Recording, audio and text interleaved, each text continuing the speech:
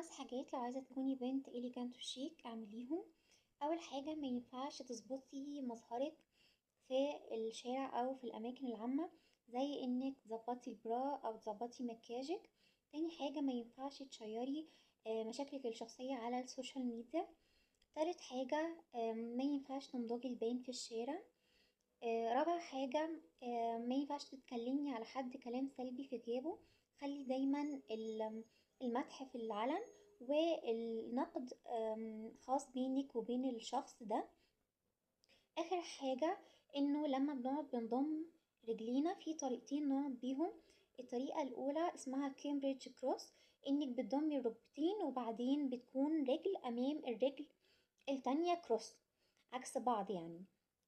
الطريقة التانية اسمها داشز سلانت، يعني بجيب الركبتين أضمهم وبحط رجلي في جنب واحد، يا الجنب اليمين يا الجنب الشمال.